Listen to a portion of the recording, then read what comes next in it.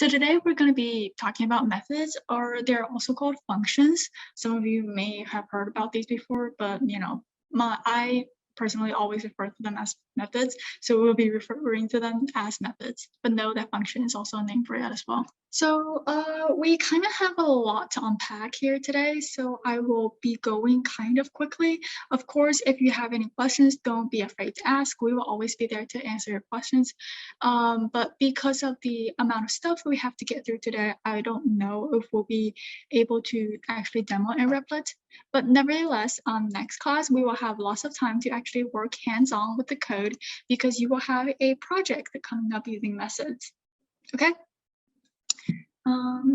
So let's start. So what are methods? Methods are a block of code that only runs when it is called.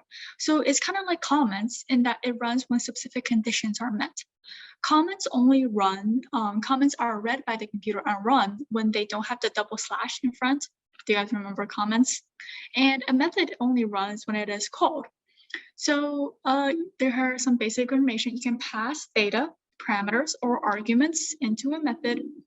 They can return value, not return value, and they're also known as functions. So you might be a little bit confused as of right now as to what parameters and return value means, but we'll get to that in the later parts of the lesson. Right now, just store the information in the back of your mind. We'll be using it later. And methods, why should we ever use them? Well, it's kind of a reuse, recycle kind of thing where you define it once and you can use it multiple times. And honestly, I say multiple, but you can use it infinite many amount of times. You can call a method however many times you want to call it, but you don't have to. That just means you don't have to copy and paste code that you want to run multiple times. And this is kind of similar to for loop. So for example, in for loop, you repeatedly print something out, but methods are a bit more complex in that it can do more. And we'll get to it later as to what the more is that methods can do. So first, before we get to what a method can do, we need to know how to create a method. So methods are created in the class, and we will get more to the structure later. There will be examples where you can see what I mean by that. And unlike the public static void main string args that we have been using, a method isn't something that the computer runs unless it is called in the main method. So you can see here on the first line, method like public static void main string args is what the computer runs when you click run. Even if there's nothing in the main method, and there's a lot of stuff in the these type of methods, it still runs the main because the main looks for. The stuff in the main is at what the computer looks for and checks. And oh, my internet connection is not stable. So if any of you needs help, like for me to rewind and stuff, please let me know. But basically what's in the main is what the computer actually looks for when you click on the run or compile, depending on whatever IDE you're using. Yeah, right, components of the method. So the method has 3 main components. The first one is a modifier. So modifiers determines how many people or how many things or how many classes, like basically how many things can access a method. So basically public, it means that the method can be accessed by anybody. Private, it can be only accessed in the class that it is in. And then there's protected and no modifier. And the format that they are written is here. But basically, we have a nice chart right here determining what is accessed by what. For the purpose of this class, we won't be using anything other than public, but it is always nice to know at least a little bit about protected and private and the no modifier, the 3 different ones. I think the most commonly used is public, and then private and protected, depending on how many people you want to see your code. And then I haven't really seen no modifier. It might be rare, or maybe I haven't seen enough code already. But for the purpose of this class, we will only be using public. So we will get to subclasses and packages later in the course. But if you already know a little bit about these things, you can put your comments in the chat. I know quite a few of you have already done Python, and Python should have something similar to this. The next part of the component is the static and the void. So static means the method belongs to the main class and not an object of the main class. We will be getting to objects later, but for right now and for the most of this class, we probably won't be doing much with static. I will tell you there are specific instances where static is needed and static is not needed, but it is a really hard concept to talk about, to understand, and we won't be talking much about it in this course. Of course, if you are interested, we can squeeze in a class where we just talk about static, but static is really confusing. So we won't be going much deep into it. Void, on the other hand, is something that we will be using quite often in this class, because void determines whether or not a method returns a value. And by value, I mean anything, like primitive types, including int, double, boolean, character, and also string. So a value just doesn't just mean int or double. It also means any variable. Okay. So again, this is a format that's very similar to the if and for loops we've done earlier. We have the initialization, public static void, and then the name of the method, and then there's parentheses, and then the brackets. That brackets that include everything that is to be executed. Unlike for, if, and while loops, methods don't have conditions. They just have a name. They have a name, and the name is named according to a naming convention. I don't know if you guys remember. If you don't remember, I can pull that slide back up from one of the earlier slideshows we had. But basically, naming conventions for methods is that if there's only one word, the word is lowercase. If there's more than one word, the first word is lowercase, and the first letter of the second word is uppercase. So for example, my method has two words. The first word, my, is lowercase. The second word, method, has the first letter M capitalized. That's how naming conventions for method goes. If you don't follow the naming convention, the computer won't technically throw an error, but having a good naming convention is kind of a courtesy to other people who will be looking at your code, and also helps you yourself keep track of what's going on, because just by looking at the name, you can tell what type of stuff it is. Is it like a variable? Is it a class? Is it an object? Etc. etc. So naming conventions are pretty important. And that's why if you have any questions, please ask. And also, just to add on, sorry, in Java, the name of the class has to be the same as the name of the file. Yeah, so if you guys remember, in Replit on the leftmost side, there is a column named file, and in the file, the name of the file is the same as the name of the class. So names are pretty important in Java. I think if you have the name of a file that's different from the name of the class, the computer will throw an error. I think I haven't done that in quite a long time, so I don't remember, but I think it throws an error and it won't compile. Correct me if I'm wrong, Jim, but I think that's what happens. Yeah, it does give you an error. And so one of the first things you do when you're going down the checklist of debugging your code is check the name of the class and check the name of your file. And also check if it's public, if you're setting the class to public, because otherwise it wouldn't be able to read your code. Oh yes, if you should in most cases set your code to be public, because if it's private, you will have trouble accessing other methods and stuff, and it can throw an error because if you need something to have the code run, but that thing is actually private and the computer can't access it, it will throw an error. So yeah, that's the thing with public and private. Any questions on the components of a method though? Like void, static, naming conventions, parentheses, the brackets.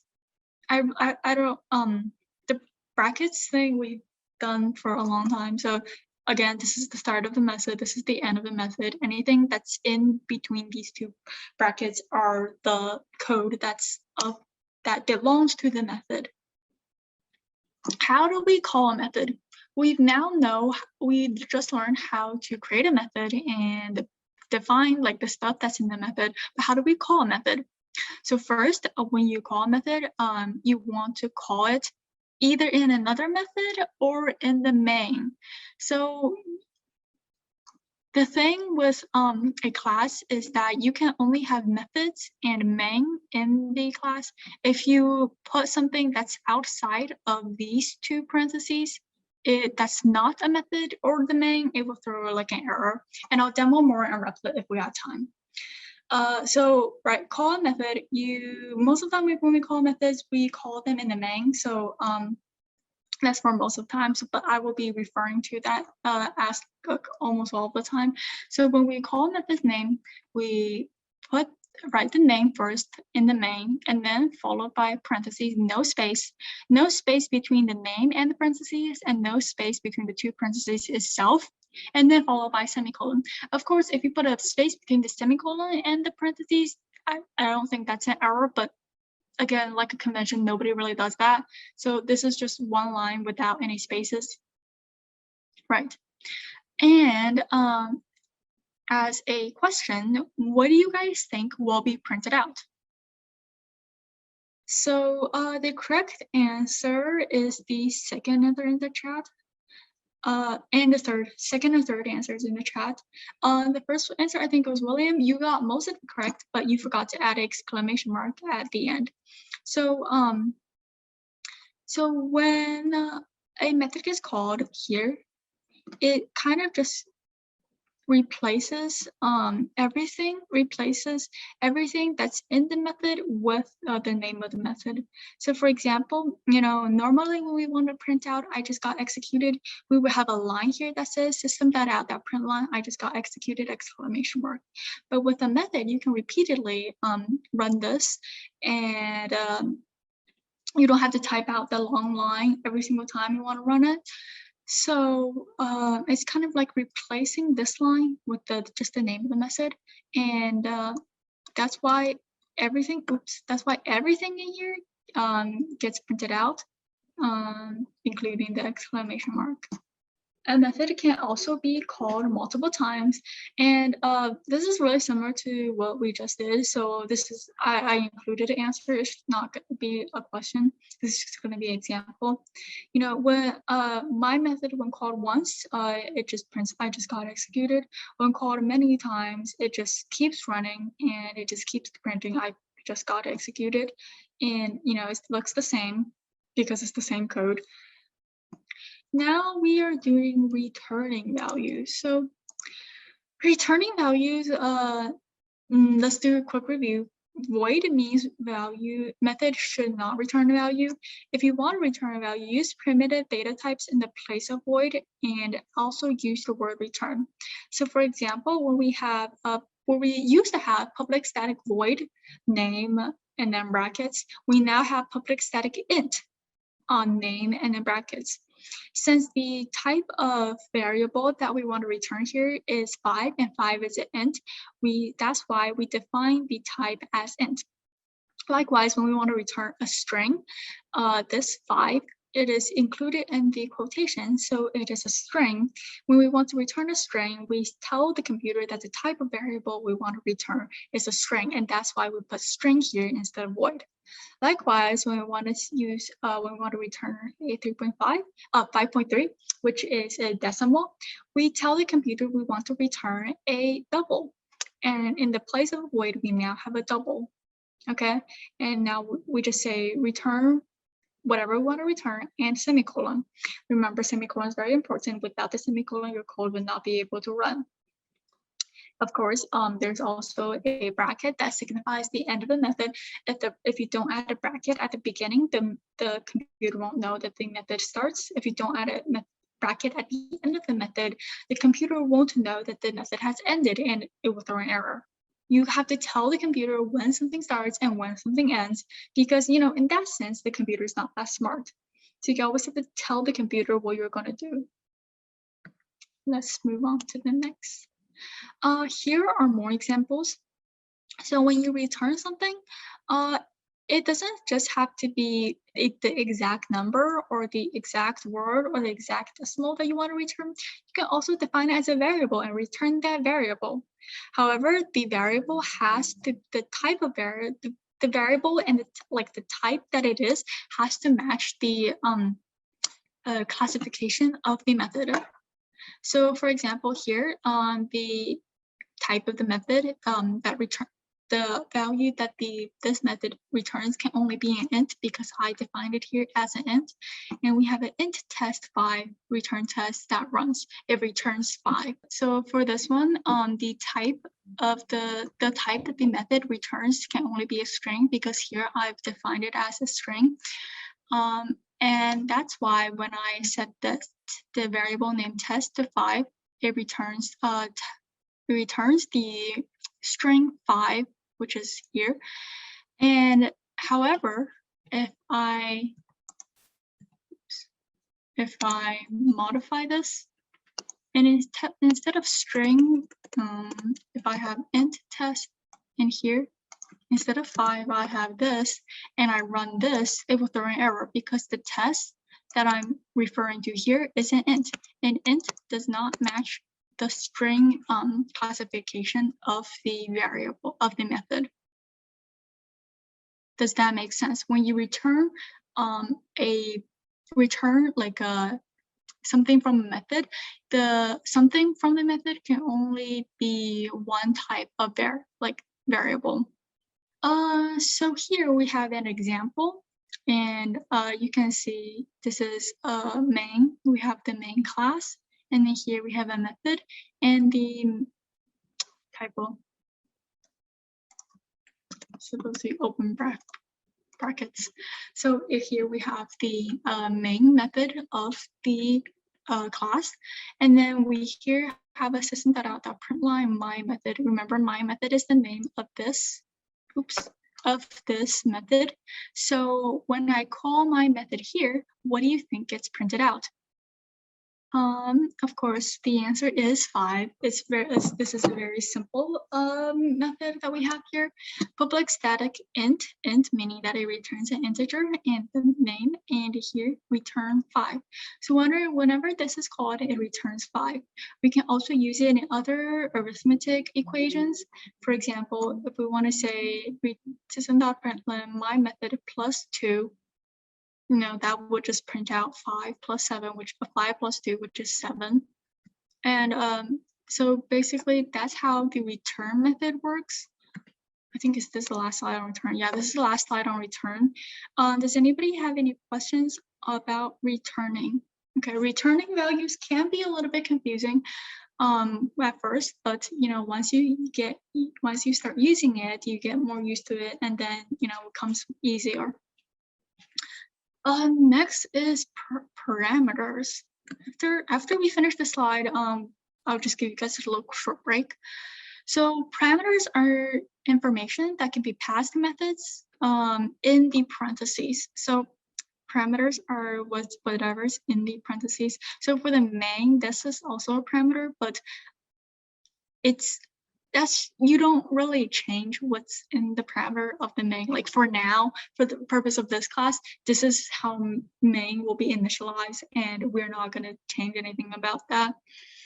But back to the matter at hand, methods. So the parameter and methods can be basically any variable.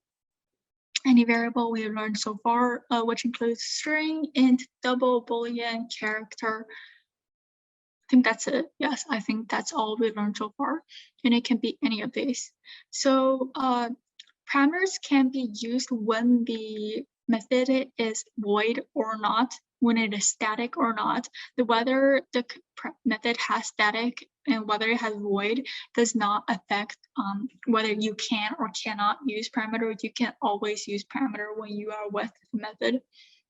So the format that the parameter comes in is really simple. So you can just specified in the parentheses after the name. And remember, there is no space between the name of the method and the parentheses. And you can, I think you can have a space between the parentheses, start of the parentheses, and the, defining like the data type of the parameter, but I don't really, nobody really does that because I don't know why. It's just kind of a convention that for everything to seem smoother. There's just no space. And then you can add as many parameters as you want, separated by commas, but each time you have to give them a different name, and each time you have to specify what type of data they are. Also, it can be different type of variables. So for example, if you are, if your method returns a string, your parameters can be ints, 2 ints, a string and an int, a string and an int and a double. The parameter does not affect and it does not depend on whether your method is void or what type of variable your method is. Finish this question real quick and then I'll give you guys a break. It is 3:20. It is 3:29 right now. Let's give you till 3:31 to finish this question. In Java, can you add a string to an integer because the parameter is an integer and the other two in the string addition are strings? Well, what's happening here isn't adding an integer to a string. Well, the integer is still the integer, the string is still the string. Both of them are just getting printed out. In Java, when you change an integer to a string, you also can't just add it onto the end of the string. You have to convert the integer into a string. Do you understand what I'm talking about? Yeah. Does that answer your question? Yeah. Okay. Well, if that answers your question, you guys have 1 more minute to just to answer the questions in the chat. What do you think will be printed out if I hit run? Okay, so we have the answer here. So Liam is 5, new line, Denny is 8, new line, Anja is 31. That is correct. Very good, William. That is basically how the method works and method like parameter works. I think everyone did a pretty good job on this. If you have questions, raise your hand, let us know. If you don't, I think we are going to start the break now. It is 3:32 right now. Be back by 3:35. So after this, we have 3 practice problems. Here is the first one. This is a parameter plus a return practice problem. I will give you guys, let's say 3 minutes to do it. No, let's do 2 minutes. I think you guys can finish this in 2 minutes. Oh, well, William already said it. It's 8. Okay, does anybody else have a different answer? The answer is 8. All of you guys are correct. The answer is 8. This is a pretty simple problem. I don't think we need to go any deeper into this. But basically, when the computer reaches this command, it sees my method and it knows that it's this method. And since 3x equals 3, 5 plus x equals 8, and that returns the number 8. Okay, next problem. Let's give you guys 2 minutes for this one. Okay, some of you guys think it's string because this is some .out.println line. Okay. Okay, it is 3:39. And everyone is correct. The answer is 8. As for the bonus question, Jim, do you want to unmute and answer your question? It's actually an integer. So I know some of you think that system.out.print can only print out strings, but actually it can print out integers, doubles, characters as well.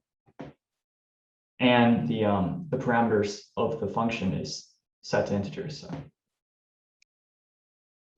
So yes, that is a common misconception. People think that system.out.println can only print out strings, but it can print out basically any data value. It can print, I think in the first few classes, I demonstrated where we had a system.out.println print out a Boolean. So it can print out basically any data types we've gone over so far. It can print out a character, and character looks a lot like string, but it's actually not string. And the thing with the output, my method parentheses 5 comma 3, my method is an int. So whatever my method returns can only be an int. That was a big hint to Jim's question. Now let's do practice problem 3. 8. People are saying it's 8. Okay, I think that's going to be everybody. So the answer, yes, it is 8. I think it's pretty obvious as to why this is 8. Well, we have 17 more minutes. I will use this time to demo in Replit. Again, you guys can follow along, but you don't have to. I will mostly be demoing in. How do I get virtual background? I also don't know. I don't use Zoom that often. I mostly use Microsoft Teams for school. So usually I probably ask somebody else who's more experienced with Zoom. Okay, so we can see here, we have a method here. Let me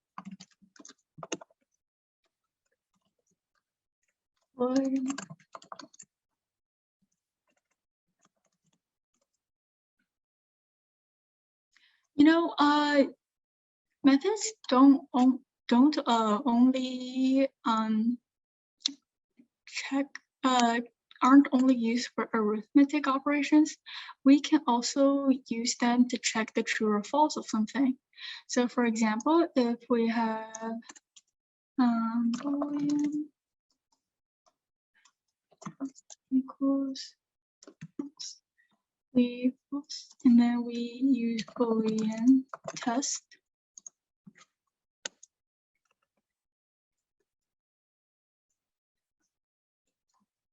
And then if is true, then we print line.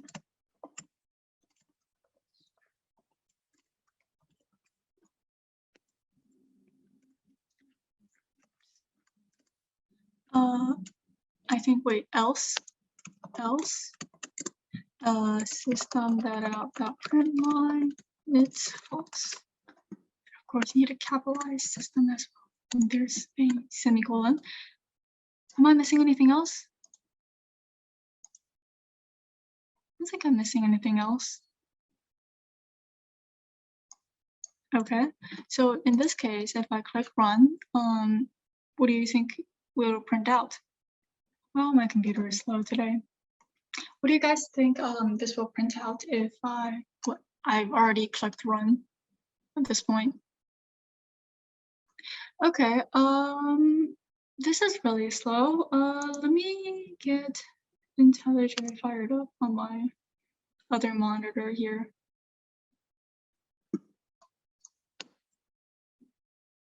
This is the other IDE that I use. If you guys don't know, when IntelliJ when Replit stops working because it's so slow. Somebody said it's false. Very good. That is false. It is false, and it would print that if my computer wasn't being so slow. Okay. Let me get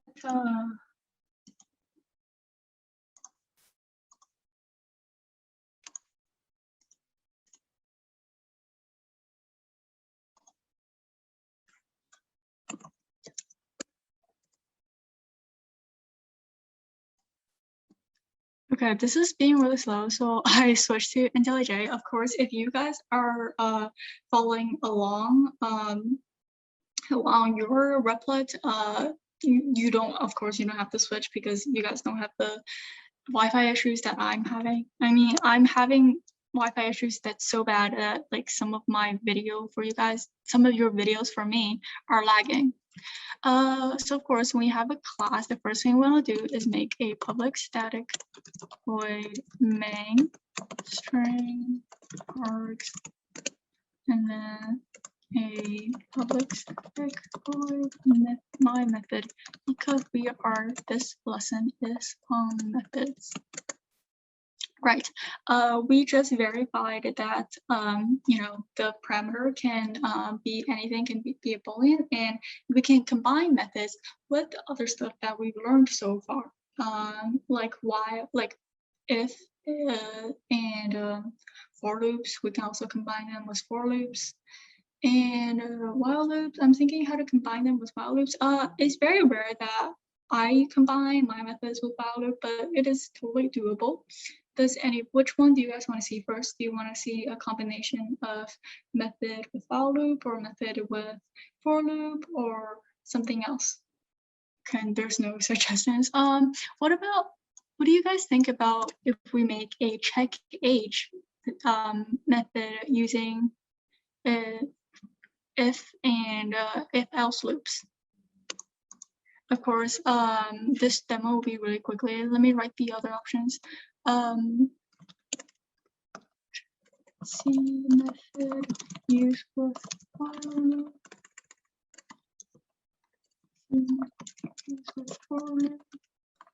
C method used with if else. So for right now, we are doing the last one. We are mixing method with a if else loop, like we did last one. And check age. So if we for this method, we want to check the age and see if the person is above 18 or below 18 years old. So if that happens, we need to, of course, have an int and call it age. Now, if age is smaller than 18, oops, no, okay. System, oops.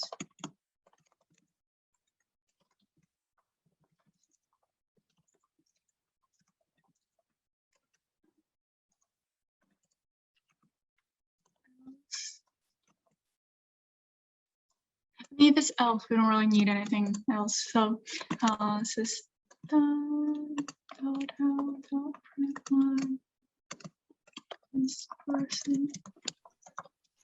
I thought the closing bracket for the if statement wasn't on the same line as the else. After all, then the other else statement would be incorrectly indented. Sorry, what was I think you were lagging a little bit. Can you maybe say that again?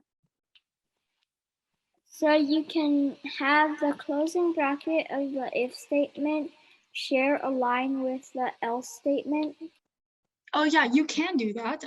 Some people I know like do it like this, or like some like someplace some way else, because that's the format they're used to doing. But I usually just do the closing bracket with the else to save some space so I can see more of the code on a single page. You don't have to do that. You can do that. That's how I usually do it. But if you want to do it format it any other way, I think it's okay. I think Java won't throw an error. Formatting is not that big of a issue in Java. It probably won't throw an error. But if we do check age and we do 20, what do you guys think will be printed out? Okay, William thinks this person will be older than 18. Anybody else? Rosalind also thinks that. Okay, 5:35, 35, 55, 3:53. I can't speak today. So let me just run this.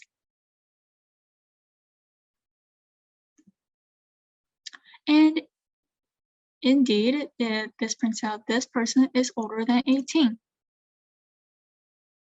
Okay, that's how you use a method with an if for loop, if else loop. We can basically use this with anything that we want to so far. We can also use this with like booleans and other parameters. Does anybody want to? What else do you guys want to, you know? I mean, Jim made a nice suggestion in the chat. You can also do the if-else nested loop without braces. Does anybody? If the content is only one line, so if you're just printing something, then you could do if the condition and then put that right next to the parameter without actually having to brace it. I think that works. Although I think some IDEs don't allow that. I don't know where I heard it, but I think some IDEs don't allow that. Let me check. Yeah, I think that's possible. I know VS Code. Not VS Code, the other one. It might gives you like it will give you an error, but it will let you run in that format because it will consider like. Oh, sorry. No problem. Let me. Yeah. So yeah, this works. For my IDE, it works. So my memory was correct. It does work. I don't know if it works for Replit. Someone with good internet connection try it out in Replit and see if it also works in Replit, because I think it differs from IDE to IDE.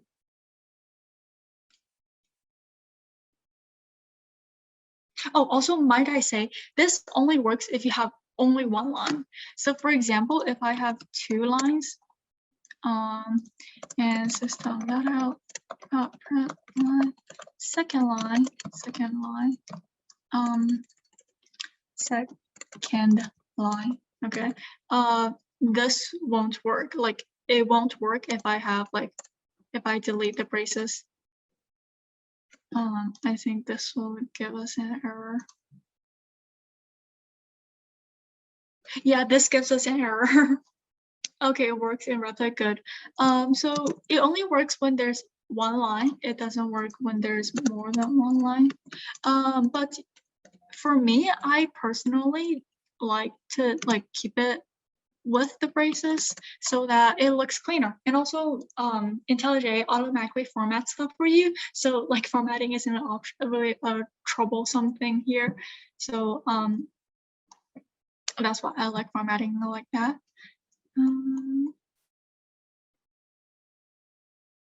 Does anybody else have anything else they want to see? Does anybody want to see a parameter with a parameter of Boolean and int, or a parameter return something? Well, here is a tricky question. I have a tricky question I want to ask for you guys.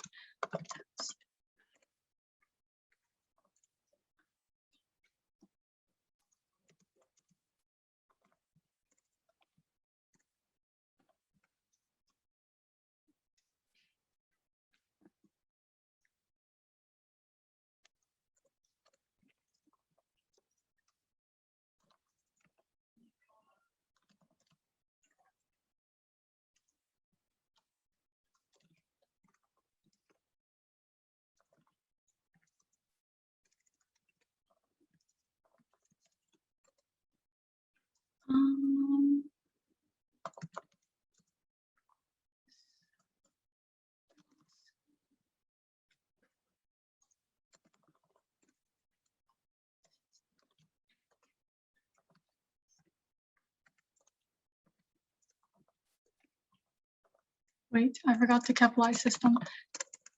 What do you guys think will be printed when I click run on this? We have 2 more minutes, so please put your answers in the chat quickly before we run out of time. What do you think will be printed out in this? So the answer is true. Why is this so small? Okay, let me make this small. So the answer is true. change Boolean didn't actually change the Boolean. Why is that? That's because Boolean is defined in the main. We'll get into this a little bit more once we talk about, start talking about objects. But basically, since Boolean is defined in main, and then we go into change Boolean with test gets changed to false, but Boolean is defined in main. So basically, when it comes back, when it comes back to here, it's still true. I don't know if that makes sense, but the way that you would want to public static Boolean test 1 equals true. Yeah, just to add on to Cindy, if you look at the method at the bottom, the parameter was also named test. So what it's actually, it was modifying the parameter, which can't really modify the actual value. That is exactly right. That was what I was trying to say, but I couldn't find the words for it. Yeah. Well, there is an exception, except for objects. Yeah, but we're not getting into objects we're not so getting early into in objects this course. today. Yeah, we're not talking about objects today. So you can ignore the last few sentences you said. So right here we have it defined outside. And if we run it like this,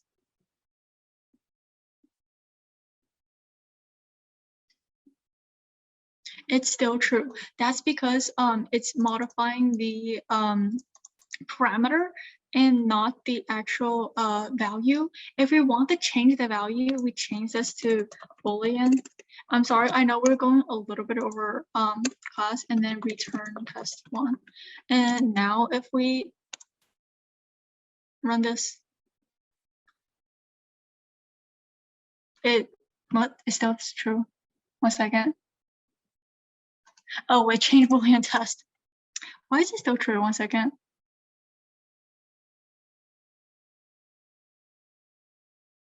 What did I do wrong? 1 second.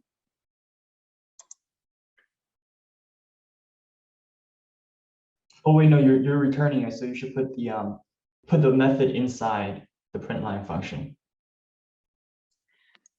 Oh. Or just name it as a variable. I think. I don't know. That? I think. Oh my God, I forgot that was a thing. I forgot that. Wait, did it work? Yes, it works. It is Okay. false. Yeah. So basically, I made a really common mistake. What happens is once this runs, if I put it outside the system.out.println and I don't define it as a variable, I think it reverts back to the original. It doesn't stay permanent. Of course, after this happens, it still doesn't stay permanent because I didn't define it as a variable. Of course, if I define it as a variable here and I printed a variable, that would also work. So basically, that's a very messy chain of changing parameter relationships with arguments and their original variable. I'm sorry I had to tag this onto the end of class because this is a really confusing topic, as you can see. If you have any questions, stay after class. Jim and I will help you with your questions. If you don't have any questions, you guys are free to go. And we will also review this on Friday. So yes, come to class. We will keep reviewing methods on Friday, and we will also be starting nested methods on Friday. And you guys will have a project related to nested methods. And that's basically it. Okay, bye.